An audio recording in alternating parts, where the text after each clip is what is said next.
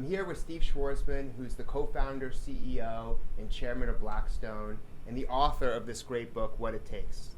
Thank you so much for having us in your offices in New York City. Well, I'm glad you're here.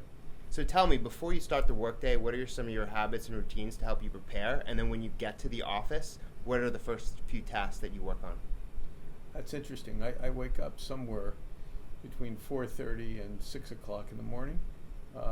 If it's really early, I'll lay down and listen to a little, CNBC or Bloomberg. I get in my athletic wear and I go down to the gym. I do about 50 minutes on the treadmill. I have a trainer, for afterwards, whether it's stretches, weights, that kind of stuff.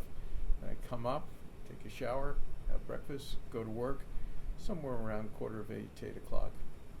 Yeah, I think as a fellow entrepreneur, of course, your company is way bigger than mine, but we're kind of always on. Like, I feel like it's hard to disconnect when you feel responsible, in your case, for hundreds of employees, for this big company with hundreds of billions of dollars of assets. And so how do you disconnect so you can do things that are not related to work? Well, you don't really disconnect.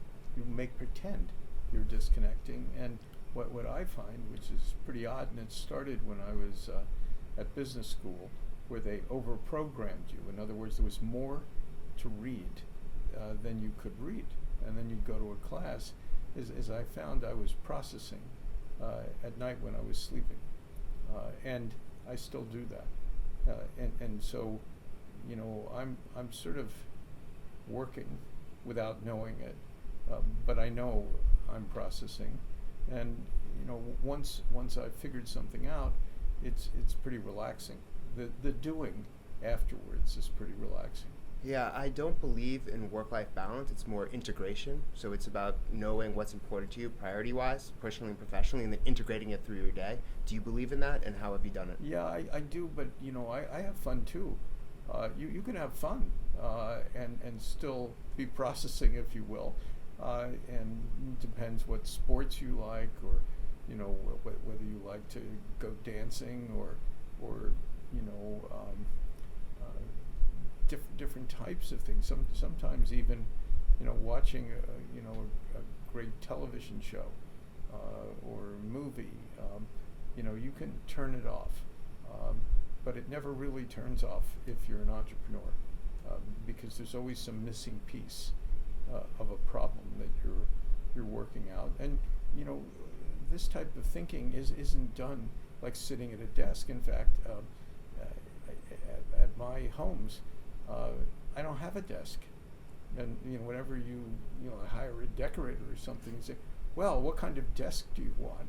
I said, I don't want a desk. I just like sitting in a chair and reading, or watching TV or doing something, but I don't want to be at a desk. Your dad, when you were growing up, operated a linen store, and instead of expanding because it was really successful, he decided not to. He was very content. What did you learn from that experience, and how was that incorporated into your thinking moving forward? Well, I learned that people are much different, and just because you can do something, a lot of people don't want to do that. And I found as my careers evolved, that sometimes you can even tell competitors what you're thinking of doing. And you think it's a great idea, and almost always they sort of look at you and say, that's interesting, and then they go about their day. So I learned that even though my dad was super smart, much smarter than I was, and that I am, his need to overwhelm something, create something, wasn't there. And people are very reluctant, often, to change their habits, their decision making, looking at something new. I don't know why that is, whether they think it's risky or just unfamiliar. And it's a great advantage for those of us who don't have that problem. What do you think it is about you to have the ambition to build such a big company, to have so much influence and power in the world, that really drove you whereas other people might not have wanted to build something as significant. It's sort of like playing sports. Somebody throws you the ball, you want to put it in the hoop, right? Or if it's football, they throw you the ball, you want to catch it. And so this is a series of games, if you will, and if they're played against better teams, it's still basically the same game. You're just trying to win, and as you have more ambition, if you will, you're playing against better players, and it makes it more interesting. And so the drive is always the same. It just depends what scale you want to get to, and these things don't happen as part of an organized plan. They come as a series of opportunities, and if you see a great opportunity, how can you not do it? You create something very substantial with virtually no risk, because I don't believe in taking risk. I never want to start anything I don't think is an easy success. Good for, in our case, great for investors, and executable with like perfect timing. You usually can make things happen. So I don't see the risk in terms of what we do. Most entrepreneurs don't see the risk, which is why they take the risk. But most entrepreneurs aren't always right. Yeah, and very few are successful, especially at your level. Yeah. You have dealt with a lot of difficult people in your early career. How were you able to work with them and not let them get you down so you could proceed forward on your path? Well, that's a real challenge, because sometimes when you don't create your own culture, you're in the culture of wherever you're working, and sometimes not everyone is good-spirited and benign as you would like them to be, and sometimes they're internal politics and all kinds of weird stuff, and the first time you see that, it's a little unfamiliar, but after you get whacked, you realize there may be a different value system at work. You just become super sensitive. You avoid certain people, you avoid certain types of situations, you ally with people who share your values, which you can almost always find in an organization. And then if you ever leave and decide to start something, you take all of those odd behaviors and make sure when you set something up, you don't have that. And the way you don't have it is, one, you try not to hire people like that. Second, if you make a mistake, you correct it. And the third is you tell everyone what your values are. And once you define the culture of an organization, you find, interestingly, that if some people really don't like that as a concept, they won't come, and that's very helpful. I agree. Also, you need several levels of interviews, several different people, and you just don't do it on one day, because you'd be amazed how you change perceptions. And sometimes the people you're interviewing appear different. And so you need 2 or 3 shots on goal with that same person before you really figure out whether there's a fit. Yeah, and speaking of your hiring process, how would someone stand out to you, and what would make them be impressive? Well, they have to be, sort of smart, pretty quick. Because it's really hard to get into this company. It's harder to get into Blackstone than it is to get into Harvard, you've said. Yeah, way. Yeah, it's under 1% at Blackstone, and it's about 5.5% at Harvard. So the biggest problem at Blackstone for me is I wouldn't get hired, which is like an issue to think about, right? Are we doing exactly the right thing? But we get a lot of input. And to hire somebody, I like people who are smart, they're focused, but they're flexible, and they can take stress. Not that I'm trying to, engender stress, but part of what we do for a living involves, stressful things, because it's big amounts of money, big decisions, a lot of things happening simultaneously, and that's not always the most comfortable. So you have to have a tolerance for those type of situations and ambiguity. You have to be able to hold the table. You have to be a good conversationalist, because we all like to spend time with people that we work with, and I only like to hire nice people, because nasty people, who wants to deal with it, and they also, those type of people, sometimes they're quite bright or even brilliant. They're very difficult to contain in any kind of vaguely orderly organization structure, and you end up, if you hire them, they may have amazing technical skills or money-making skills, but an organization has difficulty being formed around them, and so you end up almost like a big rock in the rapids. As everybody goes around them, and ultimately that creates a bad culture. So I care that everybody is secure in an environment, everybody's positive, that you have a meritocracy, and sometimes those odd people discourage those kind of values, not purposely.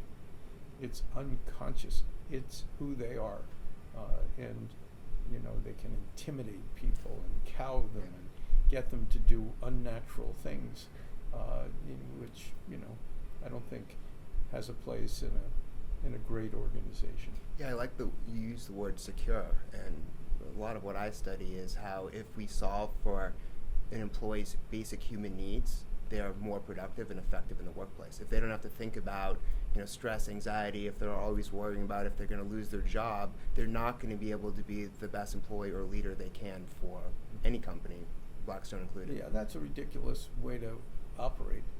Why would you ever want people not to be secure? You want them on a team. We all make mistakes, right? It's inevitable, and the more volume of decisions you have, the more likely you are, unless you're really, really gifted, to get everything right. I'm not talking about mechanical things, doing numbers correctly. That you have to be right. That's not hard to get that right as a baseline. But judgments are harder, and so part of what makes a great firm is, or any really functioning entrepreneurial experience, is being able to look failures like right in the face and say, why did we miss this? What didn't we do right? Because most people don't like to do that. They like to bury their mistakes. I like to elevate them, because if you analyze mistakes, you then know how to not make that mistake anymore, because you're not interested just in that mistake. You're interested in changing a paradigm, changing a process, so that you don't have to deal with a problem like that ever again. And that's where you learn the most. Yeah, and you mentioned mistakes. What was one of your biggest mistakes, and how did you overcome from it? And how did that prepare you for the future? Well, I made a mistake on our third deal. I approved a deal with like virtually no process. We just started the business, and we ended up losing 100% of our money.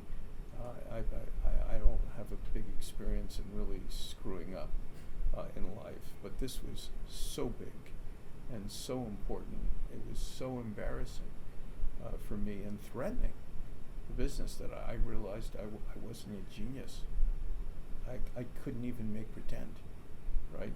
So just leaving everything at my doorstep wasn't going to be the route to success for our business. So we had to set up a whole different process, which we still use today with sort of written presentations and identification of risks, and we created a different kind of process for the smartest people in the business sitting around the table, fundamentally attacking intellectually, analytically, whatever was brought before it. In finance or investing, if you can eliminate mistakes and have good projects with big upsides and take away the downside, and you put some leverage on it, you'll earn double the stock market, which we do. There's no mystery to it, except how do you get rid of the bottom? It's always great to be lucky on the upside, but if you can eliminate, the tail that'll take you down, then just economic growth in a country with good selection of businesses and management will lead to a lot of success. So that risk aversion approach, which we instituted after that deal, changed the whole trajectory of the firm, sort of saved us from me and anyone else also, and here we are 34 years later. And you've donated over $1 billion to charities. How do you select what causes to donate to, and what is the criteria for that selection? Well, that's a great question, because the people who work with me ask the same question. And part of it is just the confluence of things that you happen to be interested in, and somebody bringing you a proposal. I get proposals all the time. All you have to do is be a little bit prosperous, and they find you. Everybody sort of wants money for something that is inevitably a pretty good cause. And so it has to be something that strikes you as a person, something in your experience, something that a problem you want to address. Now, some people are very structural. They sit around and make a list of problems they'd like to solve. I don't do that. I have some strong biases that when somebody comes to me in that area, I tend to pay more attention. So, for example, I think everybody deserves a great education. It's like this is in knowledge economy. When you start as a nobody, which sort of I basically was, the only way I got ahead was that people educated me. The system educated me, and changed the way I developed. I want to do that for other people because that's their shot. And if you don't have the tools, you can't build a building, right? And so, I respond well to educational types of things, whether it's younger students or sort of Catholic schools, which in New York have incredible outcomes, and you don't even have to be Catholic. Only half the students there are Catholic, and have sort of a majority of people at the poverty line or below, and they graduate almost everyone, not as a pass-through, but with real knowledge. It's changing their lives. I'm interested in artificial intelligence simply because I was on a bus with and Jack Ma, who started Alibaba in China. I don't have any technological background or capability, and 5 years ago he started talking about this stuff and what's going to happen to the world and what the risks are.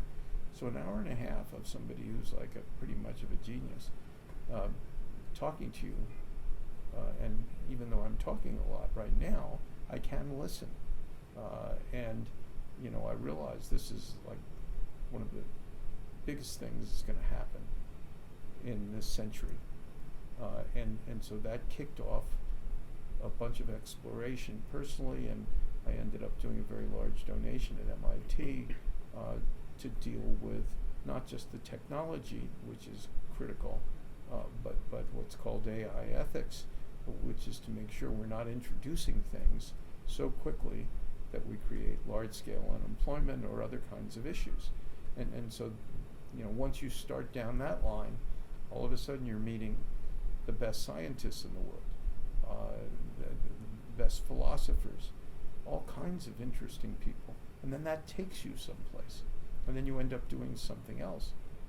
And so life is a bit of a adventure.